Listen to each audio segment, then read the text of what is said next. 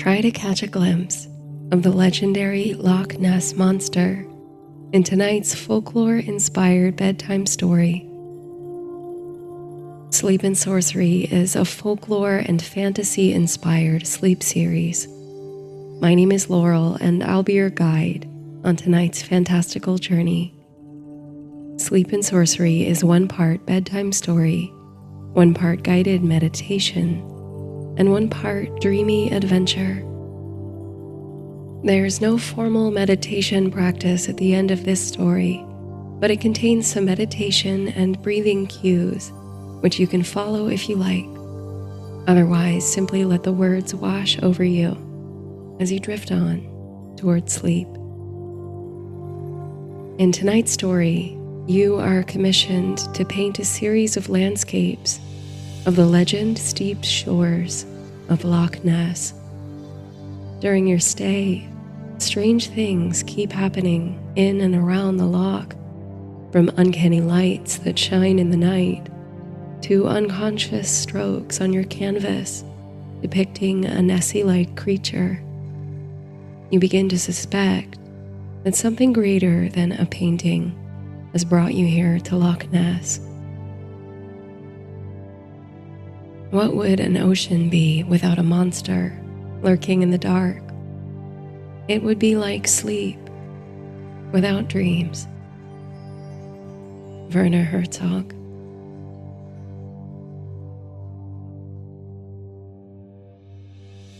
Mist softens like a crystal blanket over the evergreen slopes of the highlands, almost obscuring the glittering body of water that lies below. Serpentine and narrow, the loch stretches far beyond your line of sight, vanishing in the glen. This is, you think, exactly how you pictured this part of the country. All deep greens and suspended mist, water gray and sparkling, fern fronds and bracken curled and swaying on the shores. It's precisely the kind of moody, mysterious environment that's such fertile ground for the growth and development of a timeless legend. Loch Ness, long, winding, and almost unfathomably deep, is the perfect place for a monster. Do you believe in Nessie? Perhaps the world's most famous cryptid. You're not sure how to answer that. You like the idea of there being some mystery left in the world, you suppose, of there being places and ideas that will never be fully understood, proven or disproven. But after all these years, with so many sightings, explorations, and studies, you'd think a more compelling case would have emerged in one way or another. At any rate, it's not why you're here. You won't be the one to prove or debunk the existence of the Loch Ness monster. The taxi pulls onto a rough road between evergreens as your lodging comes into sight. You're relieved to step out and stretch your legs. It's been a long day of travel, from the puddle jumper into Inverness Airport, then straight into a car for the hour or so drive through the Scottish Highlands. The driver helps you with your luggage, then departs, disappearing behind the pines. You roll your bags up the modest steps to the front doors, turning around to push one of them open with your shoulder. As you turn, you catch a glimpse of stone ramparts over the tops of the trees. It's so surreal to think that only days ago you glanced over satellite maps, trying to measure the proximity of your hotel to Urquhart Castle and the shores of the loch. But now it seems so close, you can almost reach out and touch it. An attendant meets you at the door to help you with your luggage. He's a teenage boy with an earnest expression and unruly hair. He guides you to the reception desk, and you take in the interior of the hotel on the way. The walls are mahogany panels, floors draped with area rugs. There is a dark coziness to the lobby and foyer. You catch a glimpse of a cafe and bar tucked away around the corner. Your stomach growls, and you plan to stop there after check-in to grab a bite. There's a kind-faced, middle-aged woman behind the reception desk. She tears her gaze away from a tattered paperback as you approach, dog-earing her page. She reaches for her glasses and greets you warmly, wiggling a mouse to wake up the ancient computer before her. Everything in this hotel seems to be a few decades behind. The decor and the technology, but you don't mind. In fact, it makes the place feel even more inviting or home-like, as opposed to bustling, hyper-modern accommodations. After finding your reservation, she directs the boy. By her tone of familiarity, you deduce that the attendant is, in fact, her son, to take your bags up to room number 12. She hands you a brass key on which is fastened a vintage, diamond-shaped tag with your room number embossed beneath a cartoonish silhouette of a sea creature. The boy is already hosting your luggage up the carpeted stairs as the woman at reception retrieves some literature from behind the desk. There's a map of the area, a book of vouchers for breakfast in the cafe during your stay, and a trifold brochure of something called the Legend of Loch Ness Experience. If you come down to the cafe this evening, she explains, there's a local guide who sets up and puts on a bit of a show, explains the legends of the loch and the monster and so on. He does a boat tour during the day too, if you're interested. The number is in the brochure. You thank her for the information and assistance. She's glad to be of any help. Just phone down to the desk and ask for Grace if you need anything while you're a guest here. With that, you follow the boy up the steps to the next floor, where he leaves you in room 12. Like the lobby and spaces downstairs, the room is furnished with darker tones. Damask curtains are drawn beside the windows and around the four-poster bed's canopy. The cherry wood floors creak slightly beneath your feet. Green patterned wallpaper covers the walls, on which hang paintings in gilded frames. Portraits of noble people from ages past and windswept landscapes, one which you vaguely recognize as the Isle of Skye. You smile at the providence of having such an evocative landscape hanging in your room, given your purposes for being here. The circumstances of this trip are still beyond belief to you.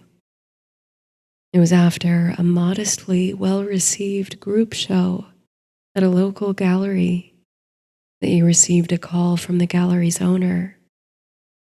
Evidently, there was a collector present at the opening who took a shine to your work. To your surprise, the collector bought 3 of your pieces on the spot and arranged to have them delivered and installed after the closing.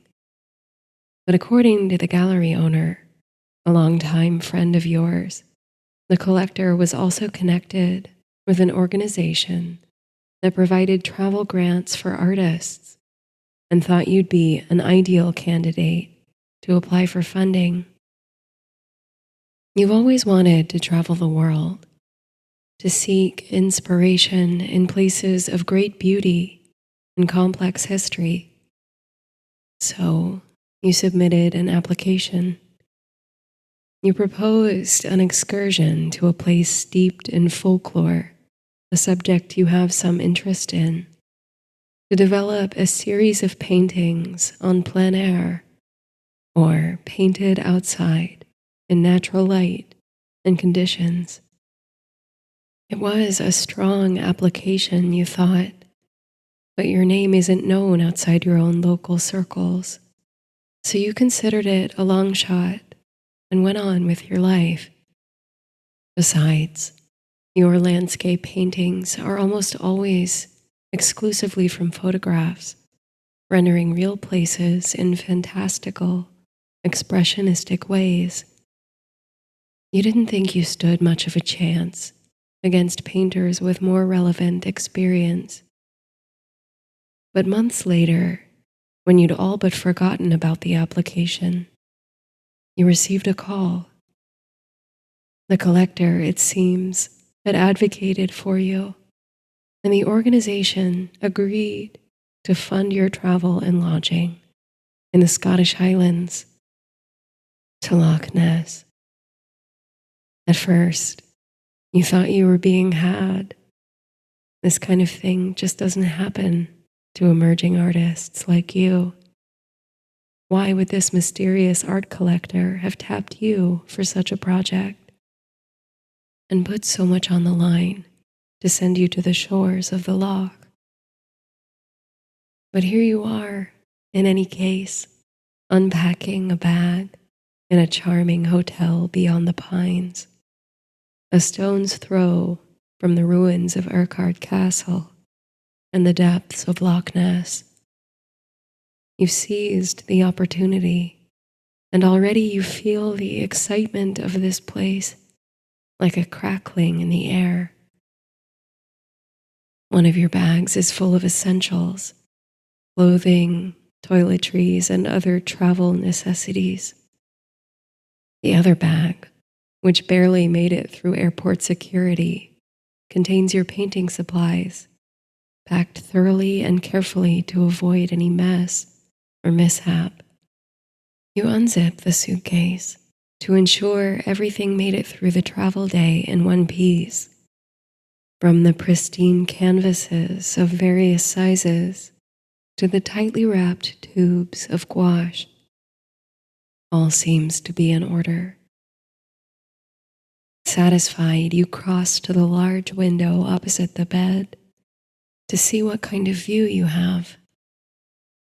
You expect to see mostly trees, but in fact, the sight from your window simply takes your breath away. Over the pines and mist, from the second floor elevation, you have an astonishing view of a slice of the loch and of the ruined castle just to the north. You have half a mind to whip out your canvas and supplies now. So lovely is the vista from the comfort of your room. Only hunger and jet lag hold you back from doing so. Minutes later, you find yourself seated in the sleepy little cafe downstairs around lunch hour. A few other guests sit at the bar, but it's quiet. Most of the hotel's patrons, you assume, are already out and about among the ruins or on monster hunting cruises. You study the map given to you by Grace at the reception desk as you take in a humble meal. Afterward, you decide to make the trek up to the castle to see the sights and scout a location for your painting.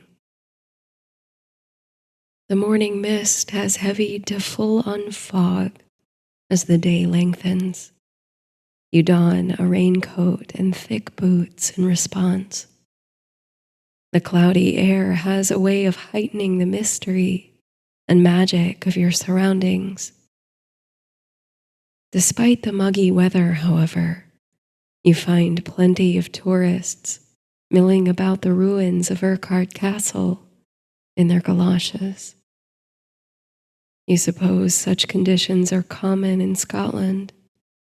It's hard to picture the Highlands cloud-free, bathed only in shimmering sunlight. From the ramparts, you have an extraordinary panoramic view of the loch, even with the fog diminishing its distant bends and curves. A boat glides by peacefully. Its horn penetrates the fog, low and resonant, so you can feel it in your bones. Standing amid the crumbling ruins, you have a strange sense of atemporality, of being out of time, or perhaps existing in many times at once. It's as if the pale shadows of tourists cast upon the fog are the centuries of yesteryear patrolling the walls of the keep, as if the wind on the water stirs up the ancient memories of the land. With the water so gray and murky reflecting the green of the hills and the ghostly shifting fog, it's easy to imagine the eyes playing tricks, manufacturing monster tales, or flippers breaking the turbid surface. You bring a small sketchbook in which to draw up rough landscapes, experimenting with angle and composition. You find several vantage points within the castle grounds to scribble ferns and loch views, and you venture outside the grounds too, onto the rolling hills and toward the shore. Within a couple hours, you have a handful of haphazard sketches to choose from. With luck, you'll have drier weather tomorrow, and you can start your first painting once you've settled on a spot. No sooner has the thought of sun entered your mind than the first rain clouds roll in. A deluge of tourists run for cover under the ramparts and in the smithy as heavy drops begin to fall. You draw the hood of your raincoat overhead, tucking your sketchbook under the waterproof layers, and make a run for it. The hotel's not far, and you find the cover of the pines sufficient to keep you only slightly soaked by the time you stumble into the lobby. On spotting you, Grace offers to send up a few extra towels, if you like. There's a grand fireplace in the cafe bar, and you glimpse that it's already ablaze as you pass, heading toward your room to freshen up. You draw a bath in the elegant clawfoot tub and rip out the used sketchbook pages while it fills with steaming water. You hang the drawings by the window. They're somewhat wrinkled and damp from the rain, but salvageable enough to use in your scouting. When the bath is ready, you climb in for a soak, letting your muscles loosen and relax in the hot water. Is there anything better, you think, than sliding into a hot bath after running through the rain? The steam off the water opens your sinuses, allowing you to breathe more fully and deeply than before. As you soften into place, you feel the stress and tightness of travel simply fall away, like water rolling down off a surface. or sand falling through an hourglass. All the tension simply leaving your body as your limbs float listlessly. The downpour strengthens outside the hotel. The crescendo of rain against the bathroom window flattens into a curtain of white noise that soothes and softens your mind even more. You close your eyes, and in this relaxed state of semi-consciousness, your mind calls up photographic memories from your wanderings throughout the day. The play of black, white, silver, and green hues on the surface of the loch, the tangle of bracken on the shore, the stark white sky disappearing into fog. In your mind's eye, the images swirl and fold into choppy brushstrokes, oil paint, and watercolor. And once you see the loch painted in thick texture and vibrant color, and then in a pointillist style, like the paintings of Georges Seurat, composed of tiny dots that blend into coherent images when viewed from an appropriate distance. Now you can see the loch and the ruined castle rendered in a flat and rudimentary perspective in the style of a medieval illuminated manuscript. 1,000 distinct art styles flush through your mind, disassembling and reassembling within your inner vision, then tumbling together into blurry fog.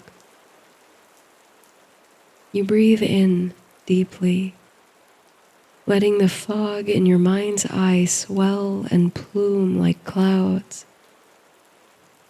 And you exhale, watching the mist dissipate to once more reveal the sweeping surface of Loch Ness. Your inhale summons the fog. Your exhale clears it, melts it away. You are weightless in the water and enfolded by the sound of rain. The transition from late afternoon to evening is barely noticeable due to the storm clouds and dim atmosphere. But in time, you leave the refuge of the bath and wrap yourself in one of the plush towels. The cold tile of the bathroom floor brings you back to your body from daydreams and painted visions. You dry off and dress for dinner in the cafe downstairs. You confess yourself intrigued by the promise of the evening's entertainment. You bring your sketchbook downstairs in case inspiration strikes. Down in the cafe, you find a considerably more energetic atmosphere than you've encountered in the hotel all day.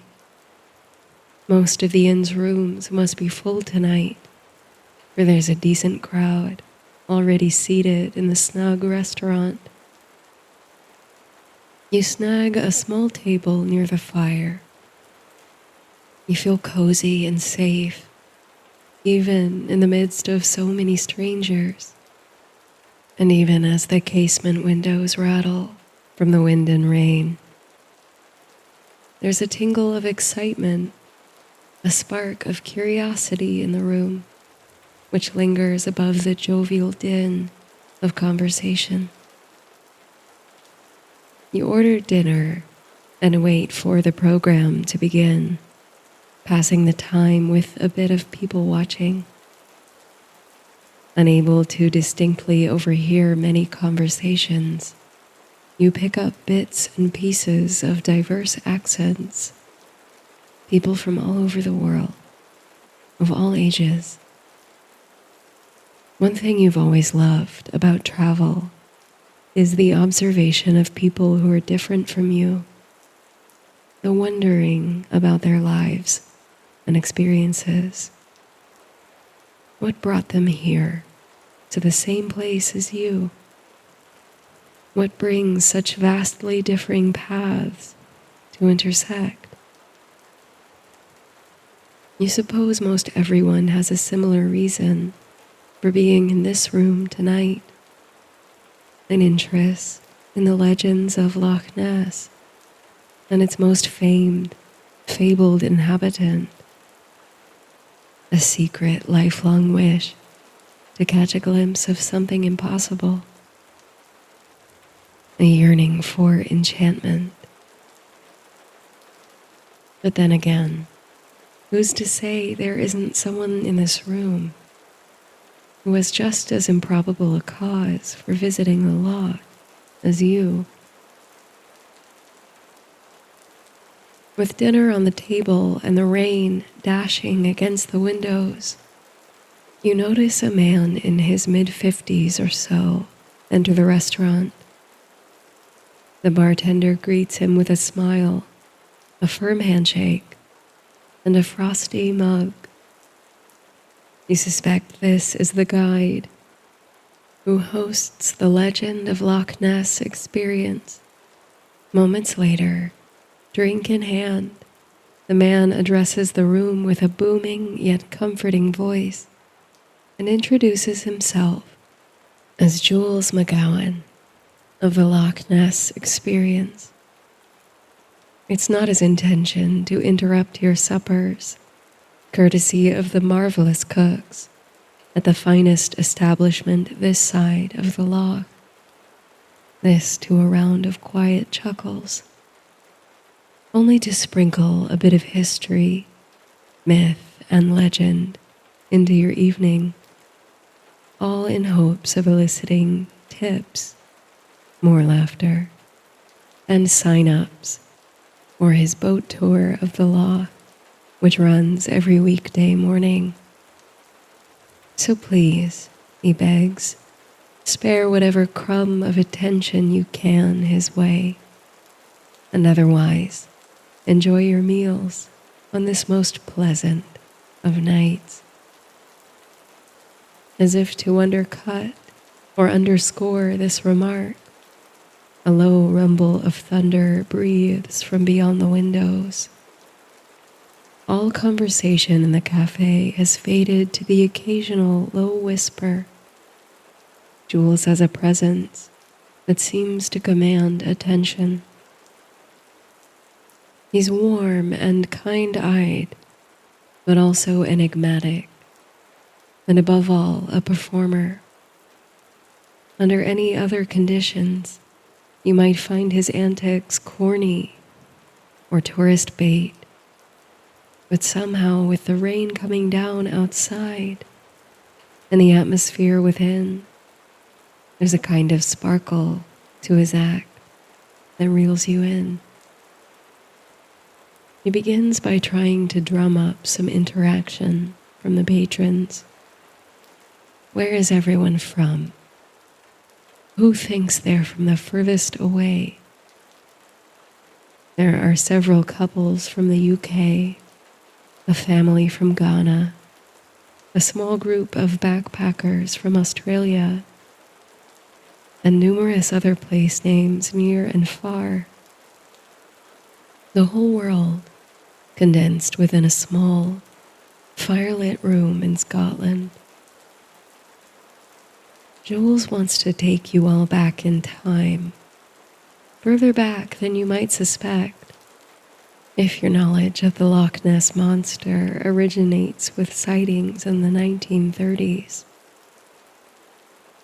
Here, he opens a thick, three-ringed binder and removes a couple of pages in protective plastic covers.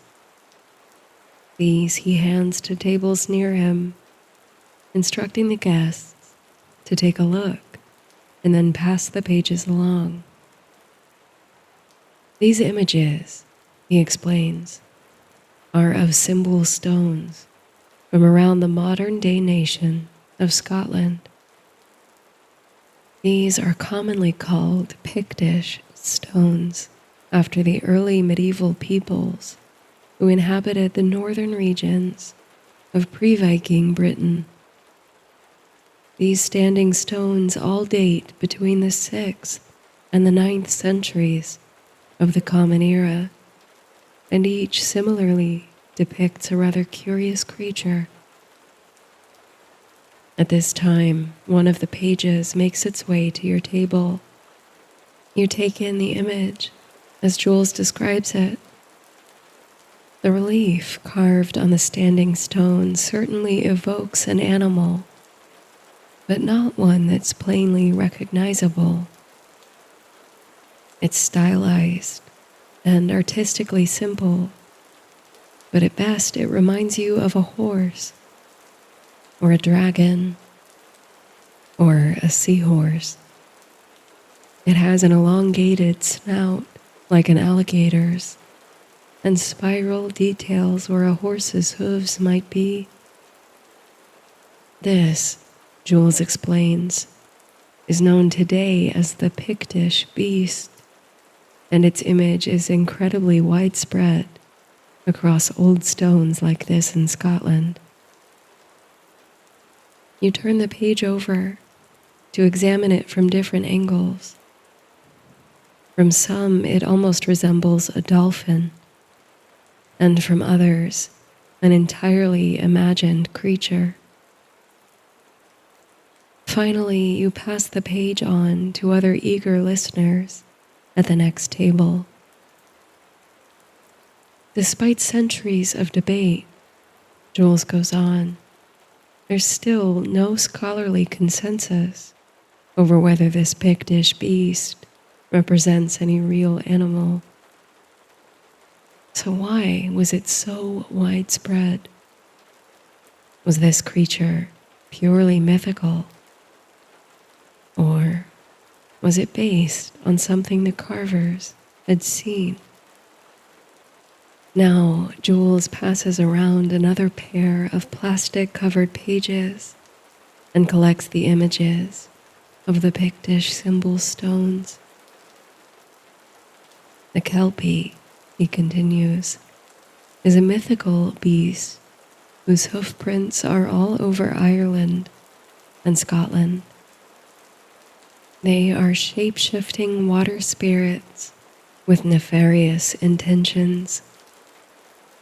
There are as many Kelpie stories as there are lochs and rivers in the area.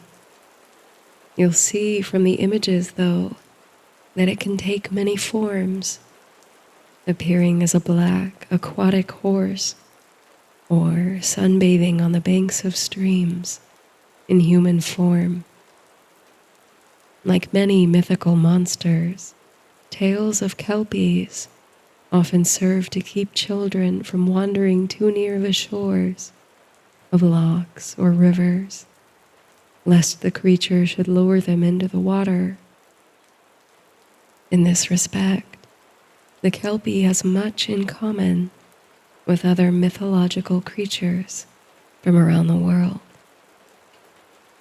At this, a few patrons let out ahs of revelation, or even call out the name of their country's counterpart: the Nixie, the Brook Horse, the Bunyip, and Rusalki.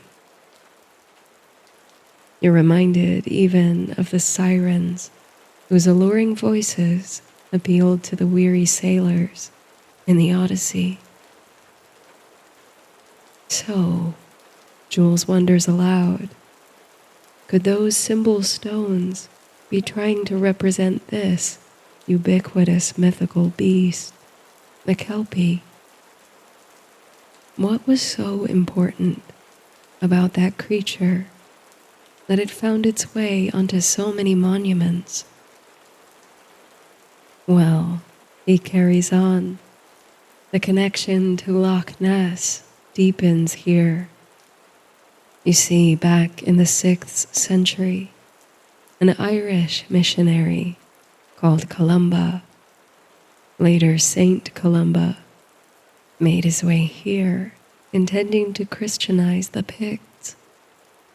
An account of his life tells of his encounter with a kind of water beast, something like a kelpie, in the River Ness, which feeds the loch.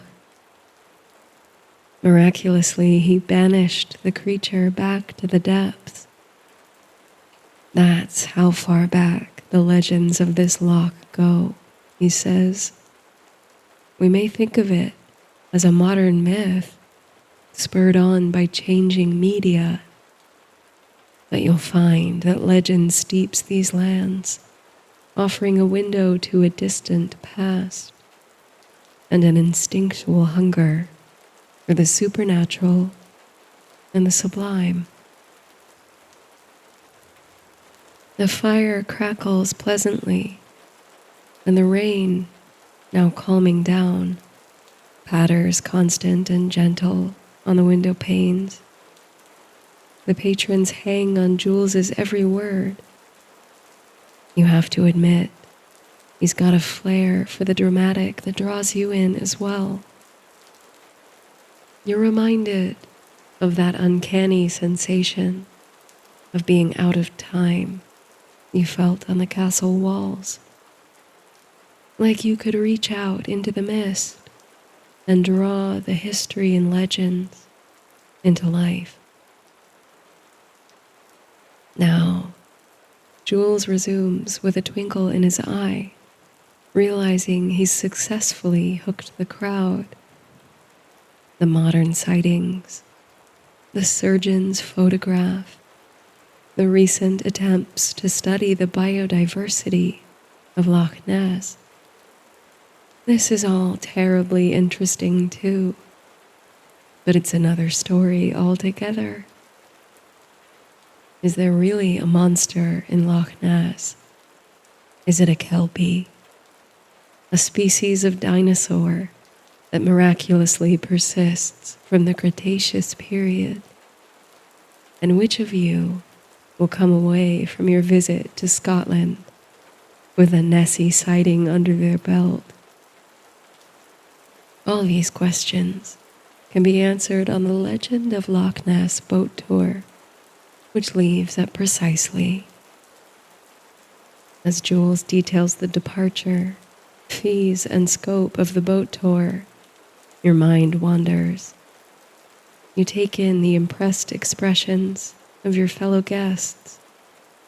The Pictish beast and the shape-shifting kelpie swim through your thoughts. You can see them rendered in brush strokes, splashing playfully through pigments.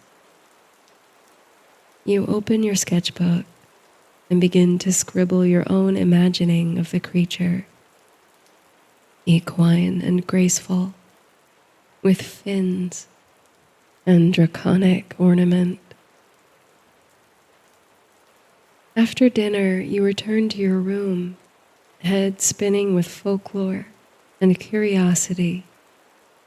You hang your sketch of the monster beside the landscape studies. The beast looks quite at home among them. The rain is slowing down, but the soothing sound still slows your thoughts. Your eyelids are becoming heavy. Tomorrow, you'll start painting if the weather clears. But perhaps you'll start the day with a boat tour. You climb under the flannel covers in the large bed. You have every intention of drawing the damask curtains closed for that extra bit of snug coziness, but you find yourself so instantly comfortable, sinking so deeply into the plush mattress that you can't bear to move even an inch to reach for them. So, to the drumming sound of rain and wind. You drop, sinking like a stone into a deep and dreamless slumber. It's still night when you awake, though it takes a few moments to realize it.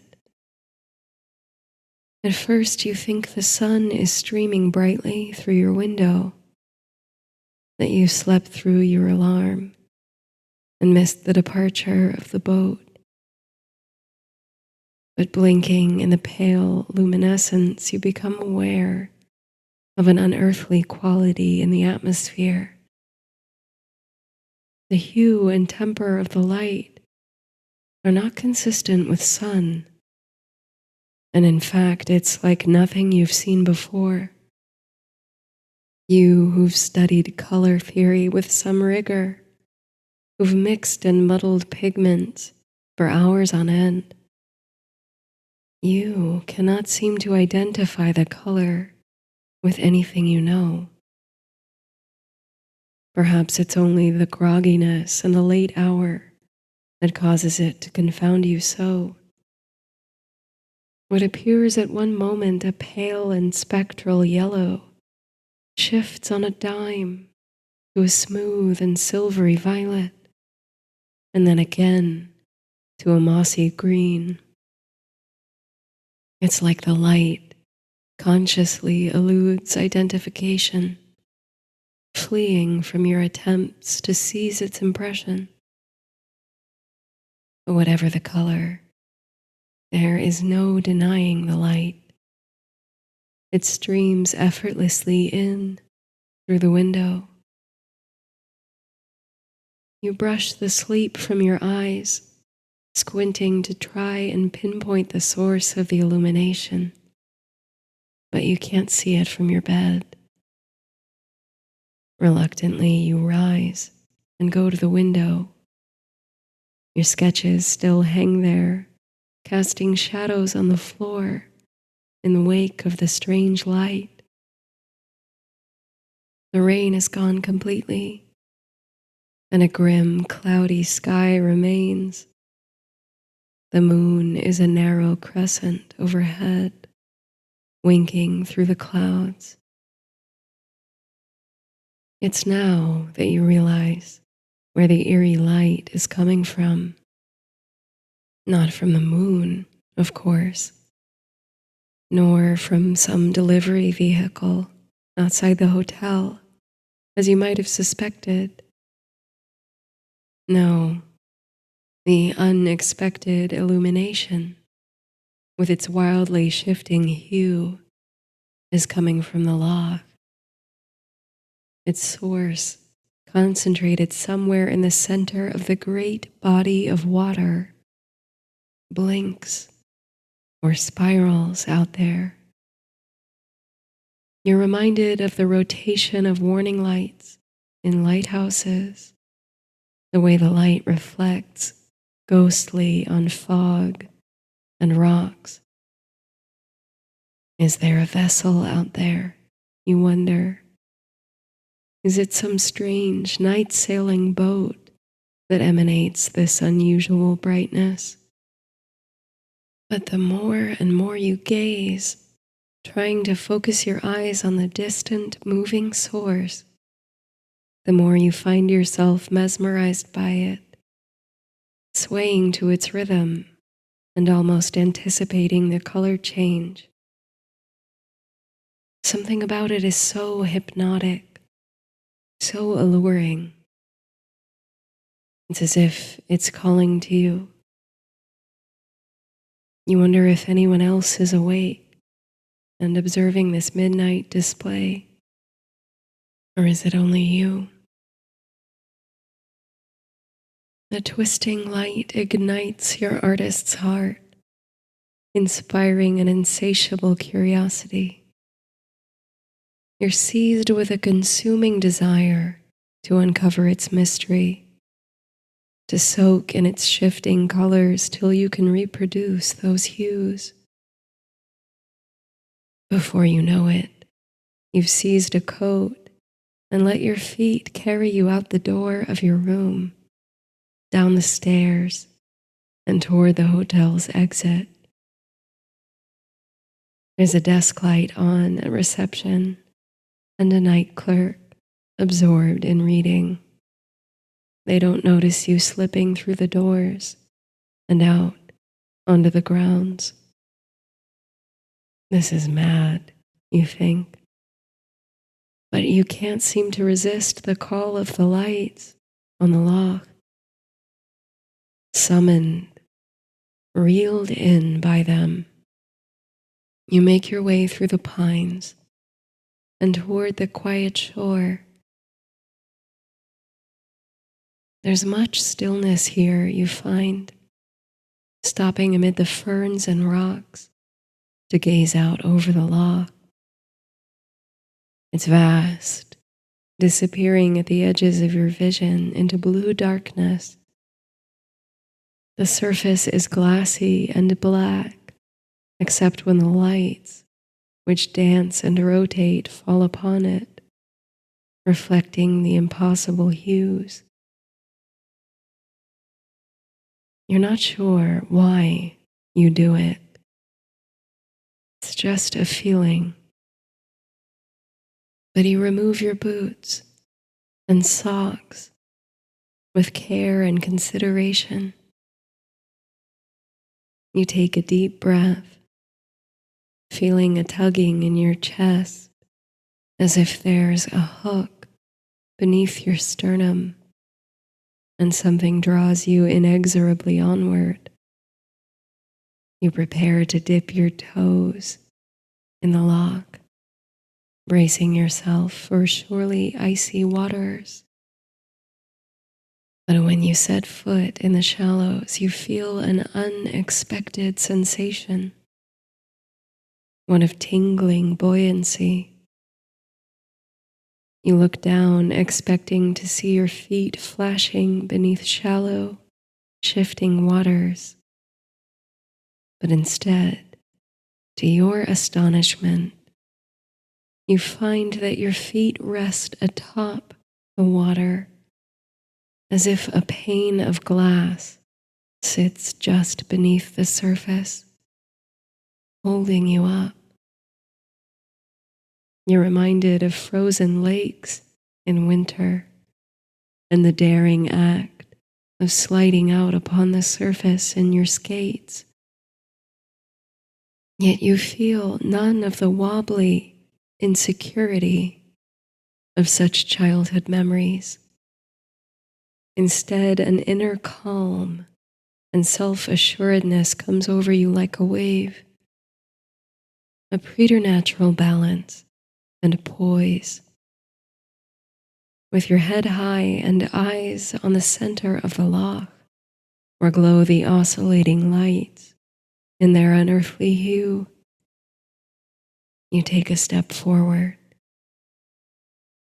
and another. Your footfalls on the surface of the water create small disturbances, little ripples outward, intersecting with each other as you go. You can only see the ripples in your fuzzy periphery, but you can feel them like resonant sound waves thrumming in the body. You can feel the majestic presence of towering slopes beyond the water's edge and the age of yonder forests. Once again, you have the sense of being outside time, or perhaps of standing on time's edge and looking across thousands of years, hovering above the loch like a mist. You're drawing nearer and nearer to the source of the lights, but the closer you come to the center, the more indefinite the source becomes, as if the concentrated density is diffusing, dissolving into clouds of mist.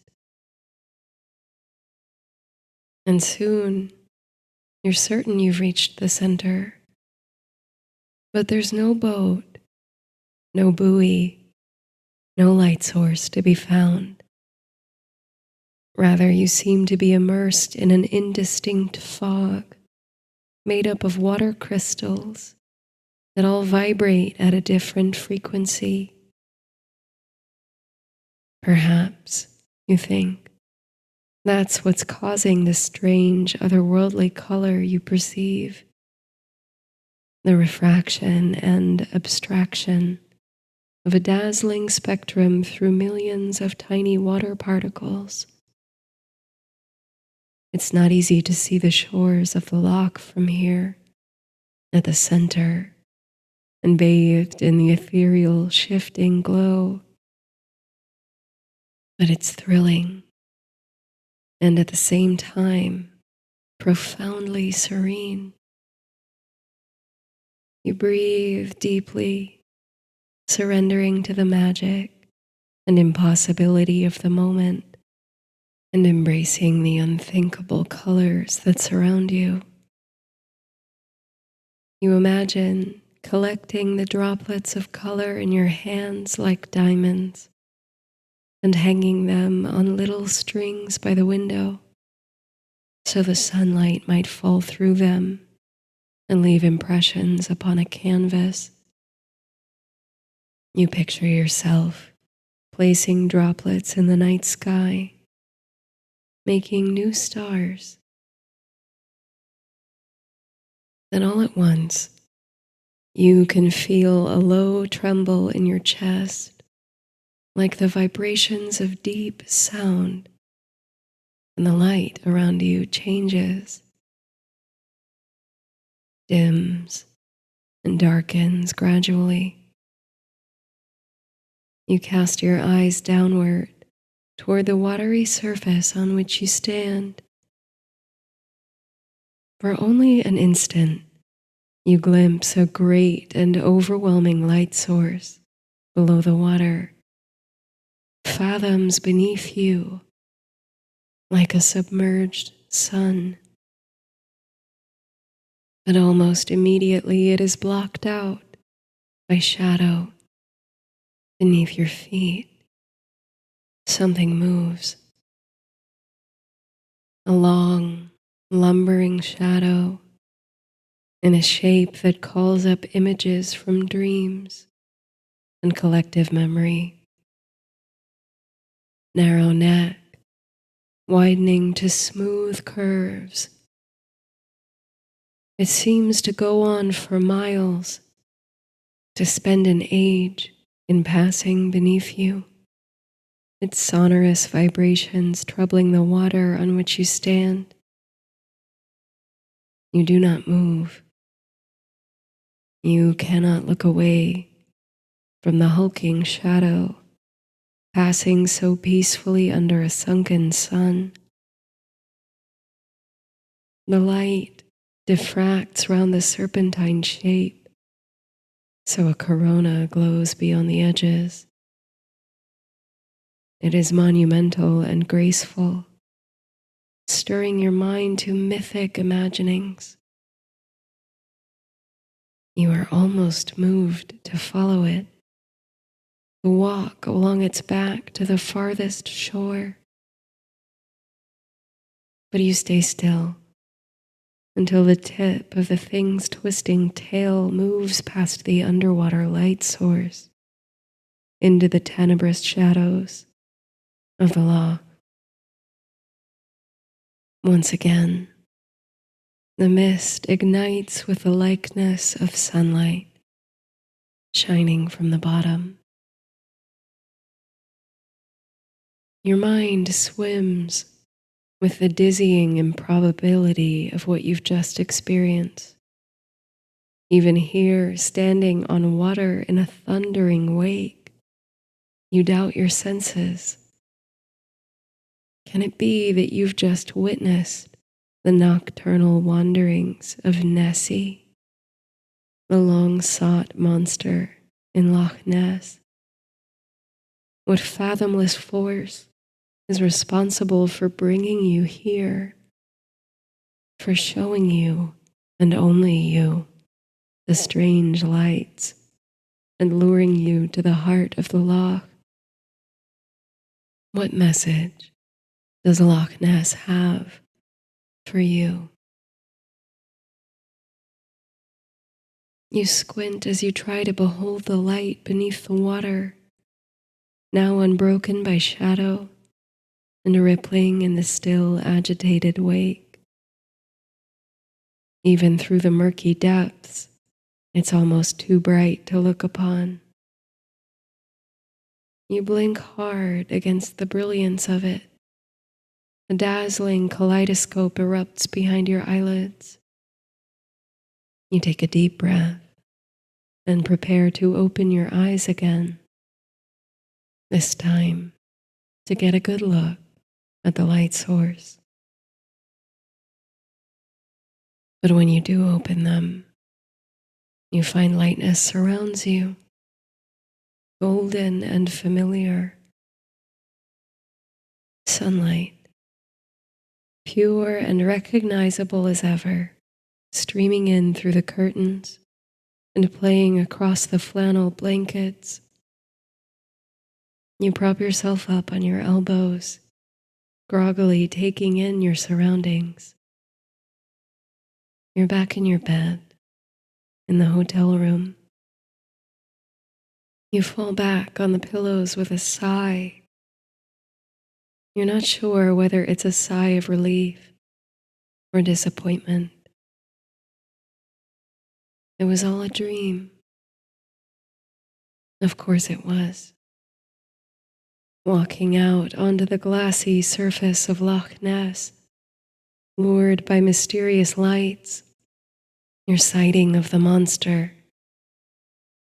Still, even as the details of the dream become fuzzy and indistinct, you can't shake the sense of wonder or of deep mythological yearnings. Like your subconscious is reaching, stretching outward, hoping to grasp something of archaic substance. You note the time. You can still make it to the boat tour of the loch if you leave in the next few minutes. So you stumble out of bed, squeeze in a quick shower, and pull on some clothes. Strangely, though, you can't find your hiking boots. They're not by the door or under the bed. Cutting the time so close, you settle for the extra pair of sneakers you brought and hope there's not much mud on the paths after last night's rain. You'll stop back after the tour and do a thorough sweep for your boots. Grabbing your sketchbook, you fly out the door and down the stairs to the reception desk. Grace is there, sipping on a cup of tea. Out of breath, you inquire whether there's time to make the boat tour and where you should go. She informs you that the shuttle is just outside. A group of other guests just left the lobby seconds ago, so you can certainly still join. Relieved, you step outside and join a queue that's formed alongside a small shuttle. It's a mostly clear day, though the ghost of the rain hangs all around in cool, unseen moisture. Morning dew sparkles on the grass. The shuttle takes you on a short journey to a nondescript dock where a small cruise boat waits. Jules is there to greet the passengers, a dozen or so from your hotel and others from different lodgings. Within a few minutes, the boat leaves the dock and cuts a smooth path across the dark surface of the water.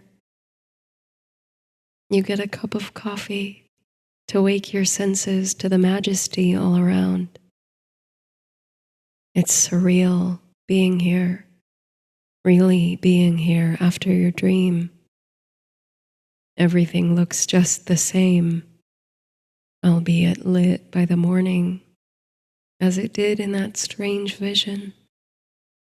The images resound in your mind, otherworldly lights and monstrous shadows beneath the waves.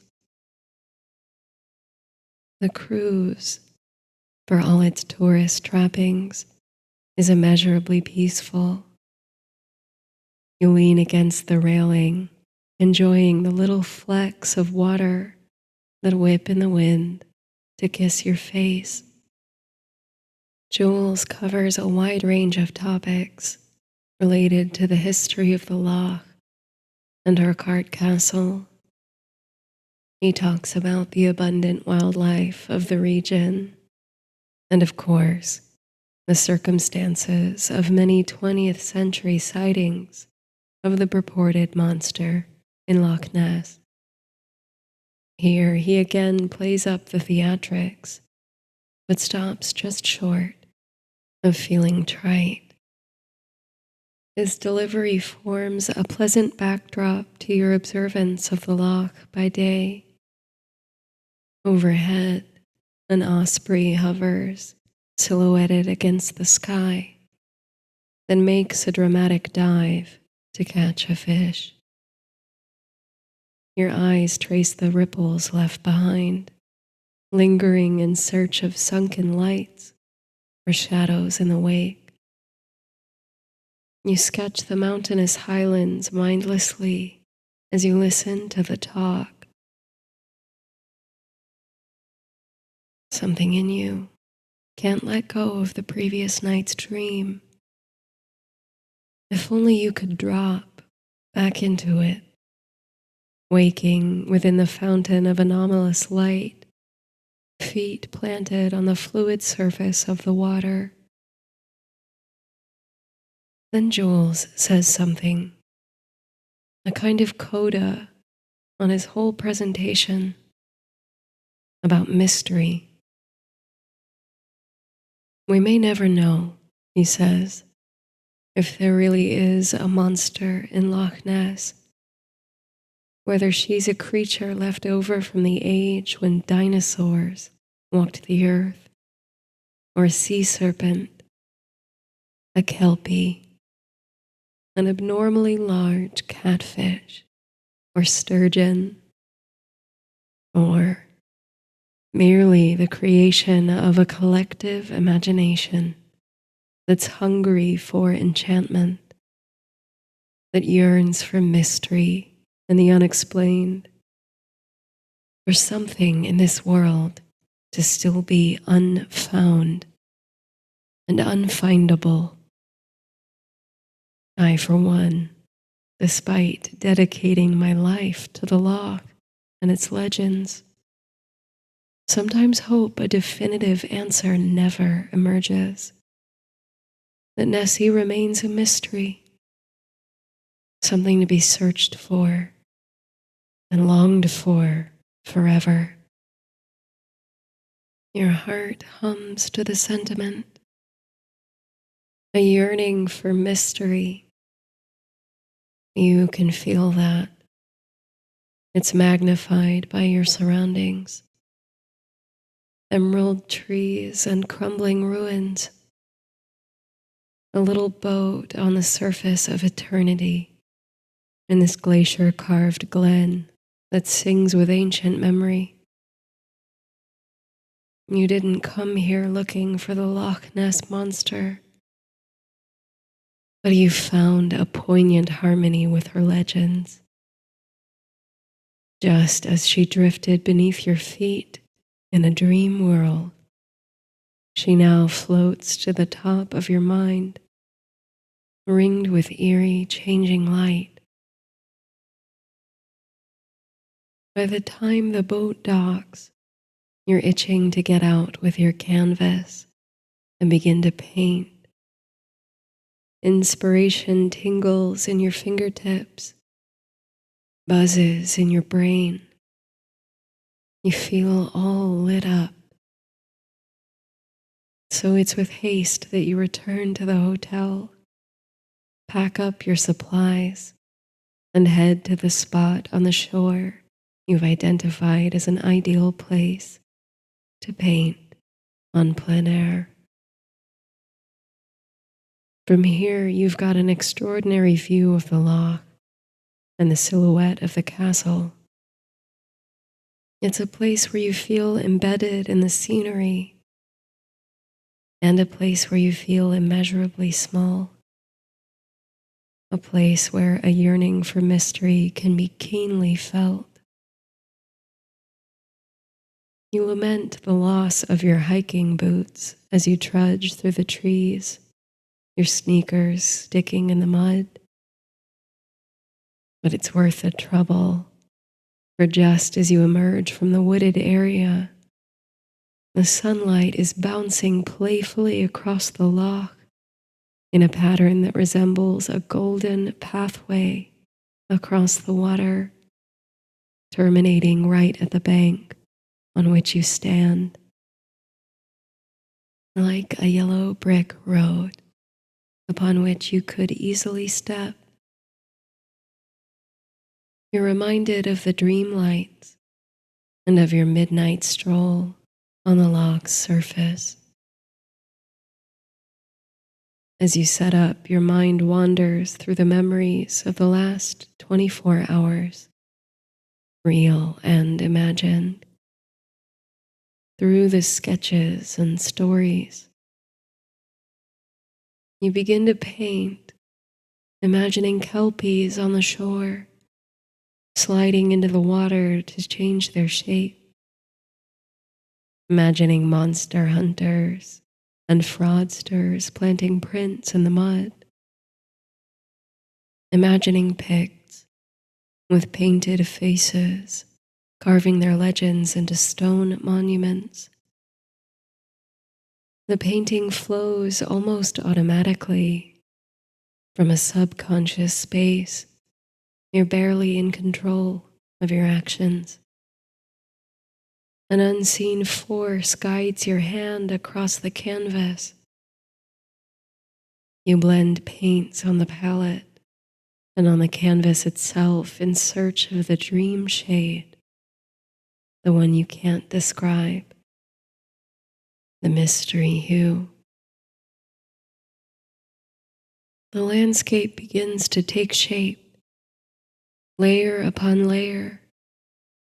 Time drifts lazily by, the sun moving across the sky, its golden walkway lengthening on the water. The smell of peat and evergreen are all around you as you work. Birds flit in the trees, sometimes serenading you. An otter slides into the loch from a bank of rocks and disappears. You can see cruise boats crossing the water at intervals, and even make out the muffled sounds of tour guides on the microphone, though their words are unintelligible.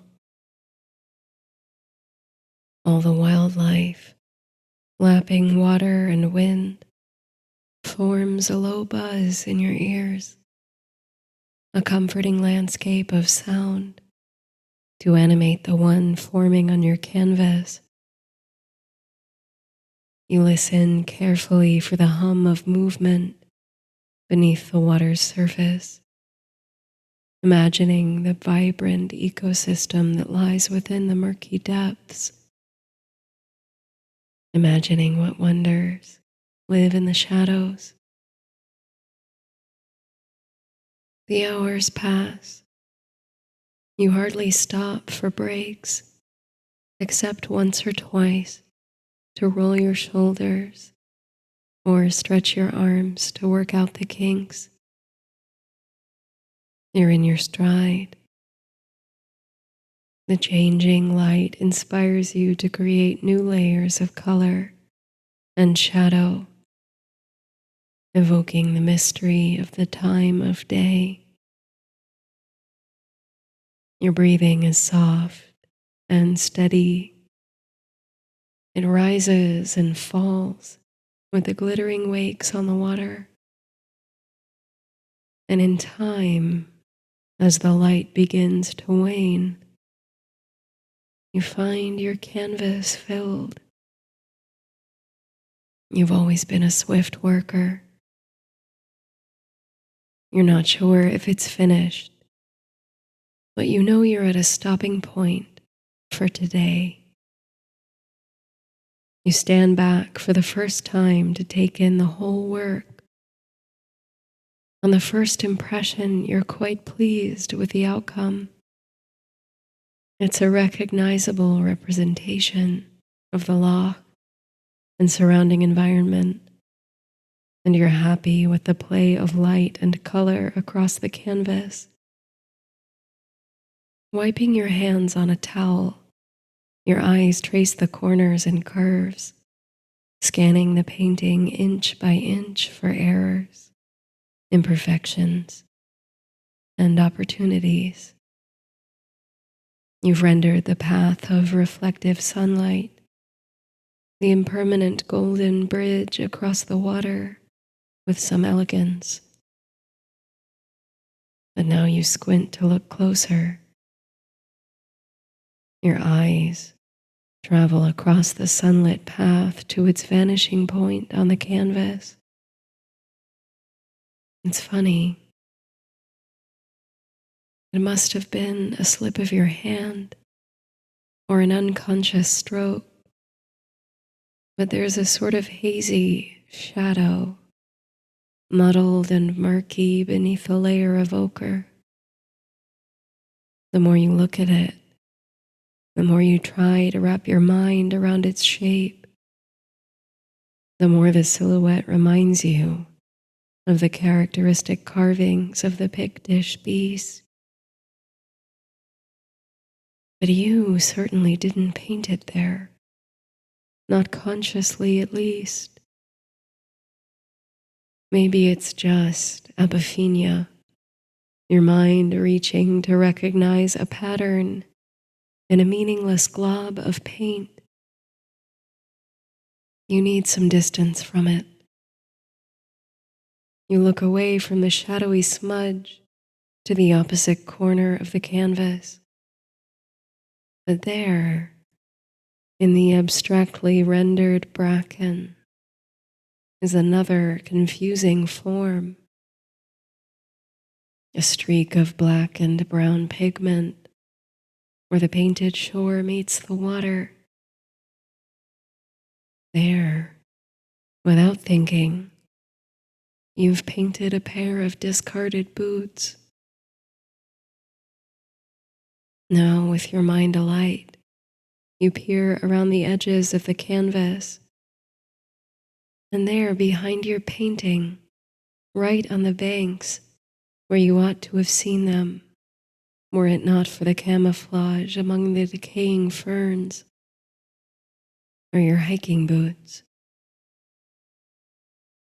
You pull them from the mud and cast your eyes across the water, where the late afternoon sun reflects crimson and sparkling.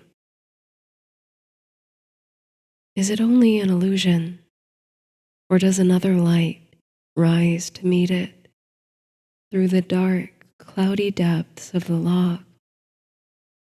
A light that's impossible to describe, ethereal and confounding.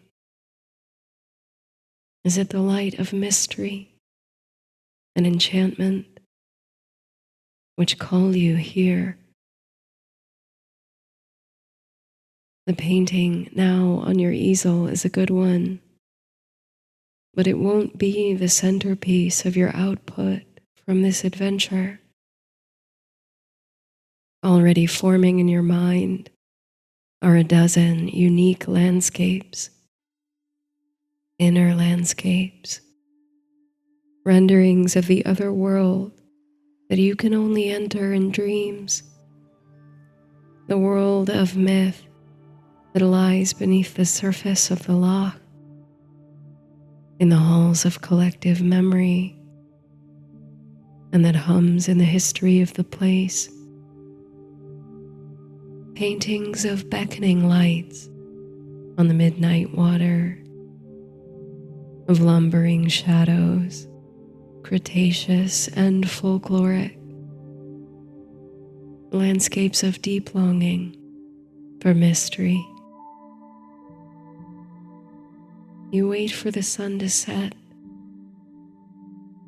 for the boats to dock, for the locals and tourists to sleep, for the land to settle under a blanket of stars, for the summoning lights to shine again, only for you.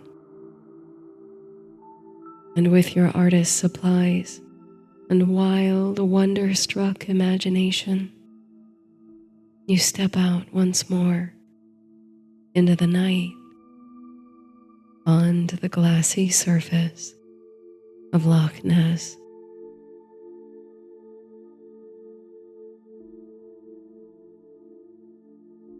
Good night.